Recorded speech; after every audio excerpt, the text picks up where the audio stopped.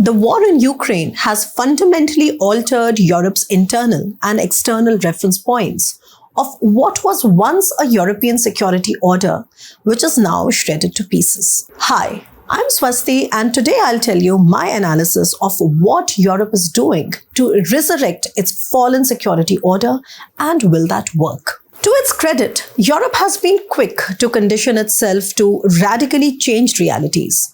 Lot of that reconditioning continues to be economically painful and is on a constant lookout for openings amidst an era of polycrises. The quickest example coming to mind is Macron's recent and rather controversial wooing of China, though he's not the only one. European leaders have been traveling the world searching for alternative energy, cheaper production bases, and better trade.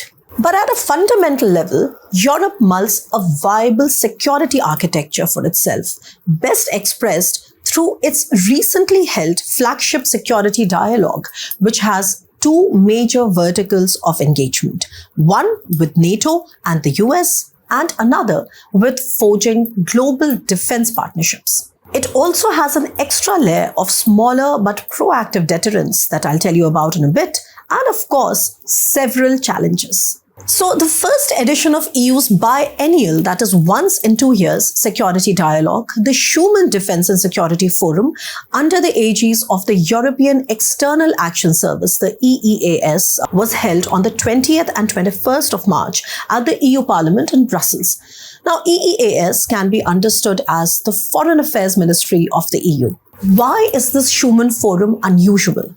Not only is the security dialogue a departure from the dominant geo-economic personality of the EU, where its security has been outsourced to the US, it also merits attention for its singular emphasis on achieving strategic autonomy by building, and I quote, equal, pragmatic, and flexible security partnerships across the globe, as originally conceived in EU's strategic compass. So does that mean the bloc is finally looking for unadulterated strategic autonomy? Quite the contrary, actually. I mentioned the two verticals of European security engagement under Schuman. Let's understand how they are connected.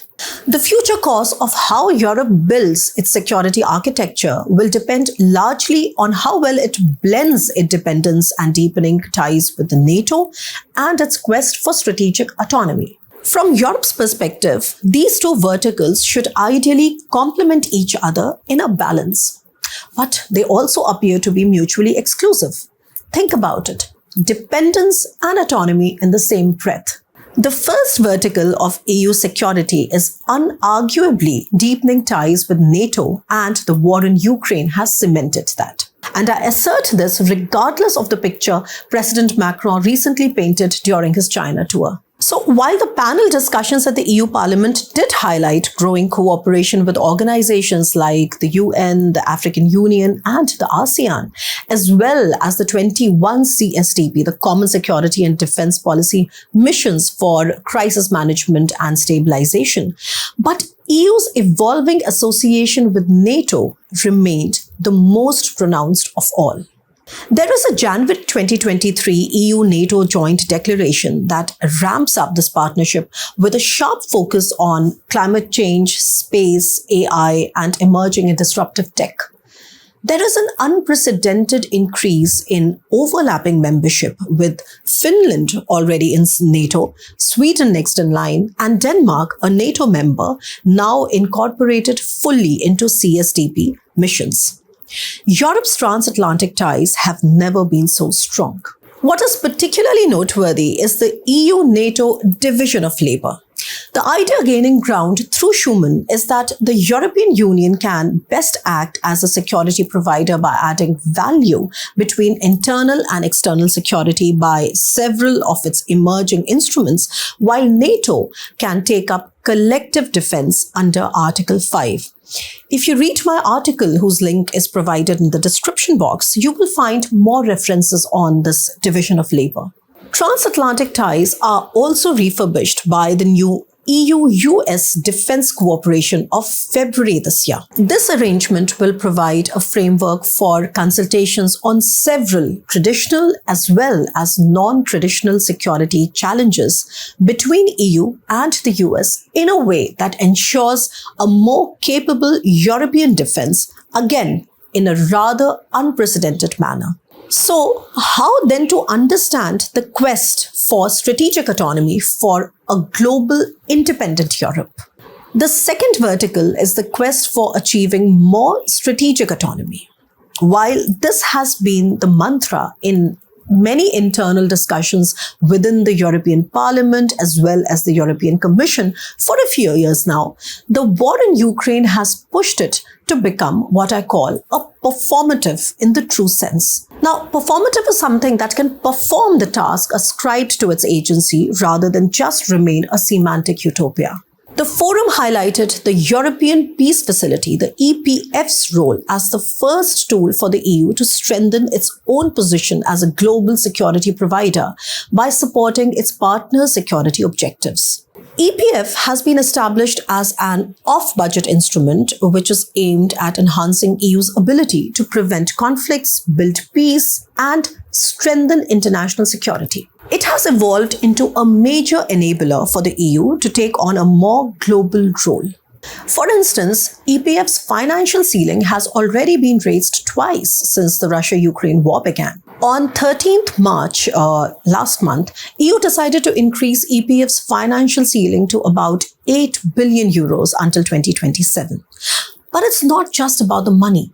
The most noteworthy facet of EPF is EU's willingness to provide military support, training and equipment to partner countries, so far best elucidated in its support to Ukraine. At the EU Parliament, the High Representative Joseph Borrell asserted that EPF is a truly global instrument which is not really limited to Ukraine. Thereby, he also signaled that the adoption of the next military help to Niger and Somalia is coming soon. What I am talking about gets a further push when juxtaposed with the EU providing military training to 30,000 Ukrainian troops since 2023 began, and recently forming a consensus on sending 1 million ammunition shells to Kyiv. So EPF was the first tool. Second tool is to foster better dialogues and consultations with key partners, what has been described as key defense partnerships. In line with emerging security domains, European Union plans to further such defense partnerships through some potent instruments. For example, a new space strategy for space, an updated strategy for the maritime domain, and the EU Hybrid Toolbox. Recently, on 10th March, the European Commission and its High Representative adopted the first ever EU space strategy based on the 4 pillars of ensuring shared understanding, enhancing resilience, developing dual-use capabilities, and fostering global partnerships. The way it works is that it would draw on pooling member states' space capabilities, space situational awareness capabilities, and also intelligence. The same formula has been applied to utilizing member states' capabilities and deployments in the maritime domain under the EU's coordinated maritime presence. It would enable the bloc to gain a more prominent global maritime presence to uphold a rules-based order by deploying member states' naval and air assets on a voluntary basis to ensure a permanent presence in the Indo-Pacific especially. Third, since these initiatives are aimed at countering emerging threats, they do get further stimulus from the new EU Hybrid Toolbox, the EUHT, that was introduced a few months after the Ukraine war began. Now, EUHT provides a framework for a coordinated response to hybrid campaigns affecting European Union and its 27 member states. It also entails the development of what is called the Foreign Information Manipulation and Interference Toolbox, the FIMI Toolbox, which will strengthen EU's ability to detect, analyze, and respond to the threat, including by imposing cost on perpetrators. One of the earliest tests for the EUHD will be EU support for Moldova, whose defense minister was speaking at a panel at Schuman. He described in great detail the hybrid threat the country perceives from Russia and said that the country looks forward to building a collective approach to resilience with the help of EUHD. Ambitious as they may sound when described, the proof of the pudding will lie in the eating. How effectively and timely member states can cooperate in either space or the oceans will all be revealed in time. But that is not all. Complementing the two verticals of Europe's emerging security architecture I just described are deterrents like the European Sky Shield Initiative, the ESSI, spearheaded by Germany, that brings together air defense capabilities of at least 15 European countries, something I have written about, and then the recently announced Nordic Air Defense Pact, that again is also about improving interoperability and readiness against air aggression. Then there are things like UK's defense partnerships with EU and Norway, each of which fills a part of the larger security anxiety in Europe today. However, there are myriad challenges for a bloc that functions on the principle of consensus, not majority, of its 27 member states. It will be an uphill task for it to co-develop norms around emerging threats or to pool member states' resources in space and oceans, both internally and globally, in a cost and time-effective manner.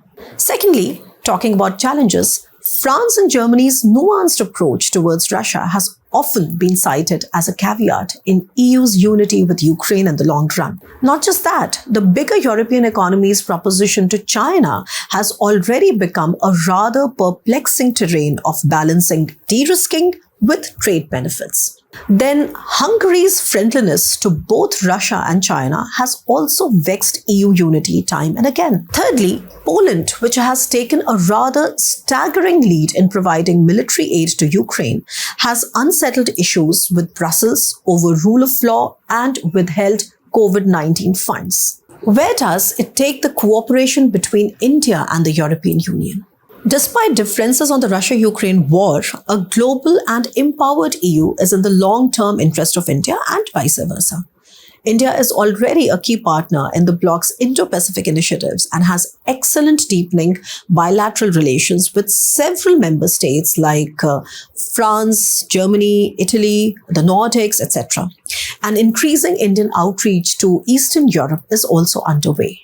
So Europe's latest focus on equal and flexible partnerships for more comprehensive security, as brought out at the Schuman Forum, means that the EU has struck the right opening notes to emerge as a global security provider. But Europe has to walk the talk. How far is the bloc willing to go to accommodate its natural partner, such as India's security challenges, in a truly egalitarian manner shall be revealed in months and years lying ahead of us. And then there is also a rise of the global south fueling a multipolar world order, where a group of what Europe identifies as consequential hedges, basically countries that exercise multi-alignment with their national interest in priority.